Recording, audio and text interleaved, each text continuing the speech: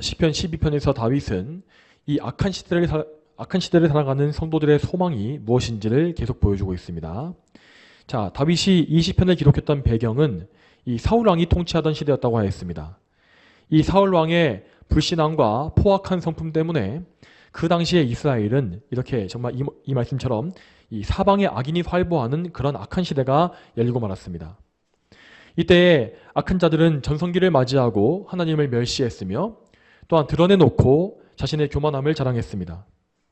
이와 같이 시대가 악해지면 믿음이 없는 대부분의 불신자들은 이 시대의 흐름에 맞추어서 다 함께 악에 빠져가는 경우가 많습니다. 그들은 하나님의 말씀의 기준을 두지 않기 때문에 그 시대의 풍조, 자신을 둘러싸고 있는 그 환경에 금세 영향받고 거기에 발맞추어서 살게 되는 것입니다. 오늘 본문 8절 말씀에서도 비열함이 인생들에게 높임받는다 라고 되어 있지 않습니까? 이처럼 불신자들은 항상 모두 다 함께 악에 휩쓸려가는 그런 성향을 가지고 있는 것이죠. 그렇지만 성도들은 하나님께 속해 있기 때문에 세상의 죄악에 저항하게 되어 있습니다. 그들은 성령님 안에서 하나님을 닮은 거룩한 성품을 가지게 되며 그래서 이 세상의 선과 악을 분별할 수 있는 분별력을 가지게 됩니다. 그래서 성도들은 도무지 이 세상의 악을 기뻐할 수가 없습니다. 그들은 이 세상의 악에 동참해서 부를 누리기보다 차라리 하나님의 편에 서서 궁핍해지는 편을 택합니다. 또한 그들은 이 세상의 악함으로 인해서 슬퍼하고 탄식하며 하나님께 부르짖습니다. 자, 성도들이 이렇게 살기 때문에 그들은 마귀와 이 세상의 악한 자들에게 눈의 가시와 같은 존재가 될 수밖에 없는 것입니다. 요한복음 15장 19절 말씀에서 이렇게 말씀하십니다. 너희가 세상에 속하였으면 세상이 자기 것을 사랑할 것이나 너희는 세상에 속하지 않고 도리어 내가 너희를 세상에서 택하였다. 그러므로 세상이 너희를 미워한다. 이처럼 성도들은 이 세상의 미움을 받게 되어 있고 또한 이 세상의 온갖 핍박과 괴롭힘과 조롱을 당할 수밖에 없는 것입니다.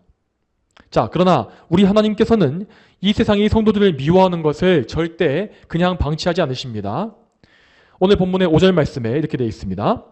여호와께서 말씀하시기를 가난한 사람이 짓밟히고 궁핍한 사람이 탄식하니 내가 이제 일어나서 비웃는 자로부터 그를 안전한 곳에 둘 것이다 라고 하십니다. 자, 이 말씀과 같이 하나님은 그분의 모든 성도들의 피난처와 방패가 되어주십니다. 참으로 성도들은 이 세상 가운데 하나님의 독점적인 사랑을 받고 있으며 절대로 그분께 버림받거나 잊혀지는 일이 없습니다.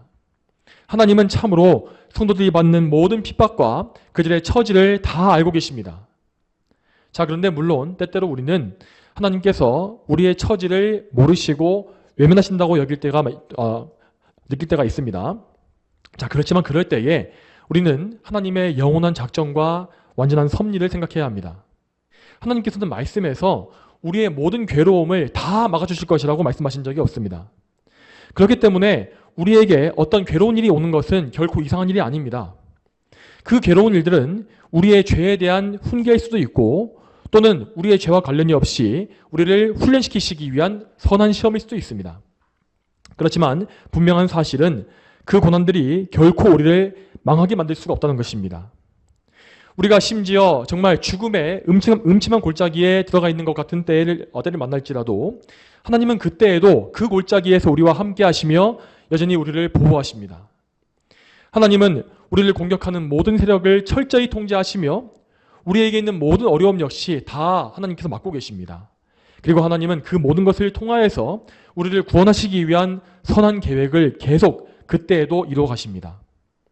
자, 오늘 본문에서 다윗 역시 신실한 성도의 한 명으로서 하나님의 약속을 철저히 믿고 있었습니다.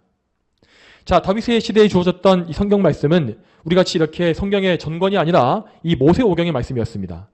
자, 그런데 그는 그 말씀을 통해서 하나님의 영원한 계획과 신실한 언약에 대해서 잘 알고 있었던 것입니다.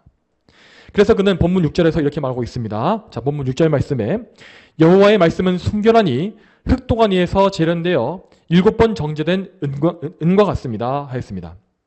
자, 이 말씀에서 순결하다라는 말씀은 자, 그 어떤 더러운 것도 전혀 섞이지 않은 완전한 정결을 의미합니다. 여러분, 이 세상에는 온갖 더러운 죄악이 가득하지만 오직 하나님만큼은 그 세상과 구별되셔서 완전히 거룩하시고 순결하십니다. 또한 그렇기 때문에 그분의 말씀 역시 순결한 것입니다. 다윗은 이 말씀의 순결함에 대해서 흙 도가니에서 재련되어 7번 정제된 은과 같다라고 비유하였습니다. 자, 여러분 아시다시피 성경에서 7, 7이라는 숫자는 하나님을 나타내는 완전수인데 다윗은 하나님의 말씀을 이 완전수 7을 사용하여서 완전하게 잘 정제된 순결한 은에 비유하는 것입니다. 이렇게 완성된 순수한 은은 정말 눈이 부실 정도로 희고 깨끗하게 빛납니다. 자, 이러한 은과 같이 하나님의 말씀은 이 세상의 온갖 시커멓고 더러운 악과 완벽하게 구별되는 그러한 정결함과 완전함과 아름다움을 가지고 있다는 것이지요. 그리하여서 다윗은 이 세상의 악으로 인하여서 고통당할 때마다 하나님의 이 순결한 말씀을 통해서 큰 위로와 평안을 얻은 것입니다. 그리고 이렇게 말씀의 위로를 얻은 이후에 그는 또다시 다시금 하나님께 도움을 구하고 있습니다. 자, 이어지는 7절 말씀에 여호와시여 주께서 저희를 지키셔서 이 세대부터 영원까지 보호하소서. 여러분, 다윗은 이 시편 12편의 맨 처음부터 여호와시여 도우소서라는 말씀을 올린 바 있었습니다. 그리고 그는 이 시편을 마무리 짓는 가운데 또다시 여호와시여 주께서 저희를 지키시고 보호하소서라고 탄원하는 것입니다. 이처럼 다윗은 이 시편의 처음과 마지막과 같이 자기 삶의 처음부터 마지막까지 오직 하나님께만 의지하는 믿음의 사람이었습니다. 자, 그리고 그는 단지 이 세상에서만 안정과 복락을 누리기 위해서 하나님을 찾은 것이 아닙니다. 그가 하나님께 간구했던 것은 이 세대에서 시작해서 영원까지 이어지는 그 복락이었습니다.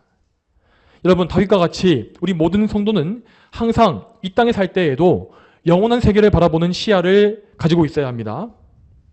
여러분, 우리가 이 땅에 사는 동안에 하나님께 도움을 구하는 것은 결코 이 세상에서만 잘 먹고 잘 살기 위함이 아닙니다.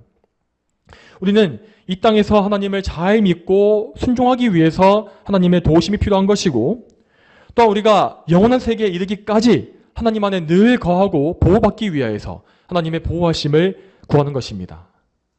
자, 이제 마지막으로 8절 말씀을 보겠습니다. 자, 8절 말씀에 비열함이 인생들에게 높임을 받는 때에 사방의 악인들이 활보하고 있습니다 하였습니다. 자, 여러분, 이 시편 12편은 특이하게도 그 시대의 악한 상황에 대해서 고발하는 말씀으로 마치고 있습니다. 다윗이 하나님을 찬양하고 모든 간구를 올려드린 이후에도 여전히 그의 세상은 악으로 가득했던 것입니다. 그렇지만 다윗은 이 세상의 죄악 때문에 자포자기하거나 무기력해지지 아니하고 끝까지 그들의 악을 하나님께 아뢰고 있습니다. 자, 이렇게 그가 하나님께 아뢰던 것은 그가 하나님을 신뢰했기 때문입니다. 그는 참으로 하나님을 신뢰했기 때문에 마지막까지 이렇게 하나님께 저들의 악을 보아달라고, 이 세상의 악을 주님께서 정리해달라고 탄원하고 아뢰는 기도를 올릴 수 있었던 것이지요. 여러분, 그리고 이 시편 12편의 결론에서 알 수 있는 바와 같이 이 세상이 존재하는 동안에는 항상 이 죄가 이 세상에 가득할 것입니다. 우리는 결단코 이 세상에 낙원이 이루어지는 것을 보지 못할 것이며, 악인들은 이 세상이 끝날까지도 활보하면서 자신의 악을 드러내 보일 것입니다. 그렇지만 결국에는 이 세상의 모든 죄가 심판받고 모든 악이 사라질 날이 올 것인데, 그 날은 우리 주 예수 그리스도께서 다시 오시는 그날입니다. 우리는 그날에 모든 악인들이 심판받는 것을 볼 것이며, 또한 하나님의 거룩한 나라가 오는 것을 볼 것입니다. 그때 오게 될 하늘의 성인 새 예루살렘은 마치 남편을 위하여서 단장한 신부와 같이 순결할 것이고, 그리고 그때 오게 될 새 하늘과 새 땅에는 그 어떤 죄악이나 더러움이 전혀 없을 것입니다. 성도 여러분, 여러분은 정말로 그 하늘나라의 영광을 소망하고 계십니까? 정말로 이 세상의 악함을 미워하고 이 세상 가운데 하나님의 거룩하심을 사모하며 그분의 공의가 이루어질 것을 사모하고 있으십니까? 여러분, 우리가 성도라면 우리는 정말로 하나님의 공의를 고대하고 그분의 날이 올 것을 기대해야 합니다. 우리는 항상 의에 줄이고 목마른 심령으로서 하나님의 의를 구하고 그분의 얼굴을 구해야 합니다. 그리고 그렇게 의를 사랑하는 만큼 우리는 우리 자신의 모든 죄를 미워하고 철저하게 회개하는 삶을 살아야 할 것입니다. 자, 저와 여러분 모두가 공의로우신 하나님을 의지하는 가운데서 그분 안에서 항상 거룩한 삶을 살 수 있길 소망합니다.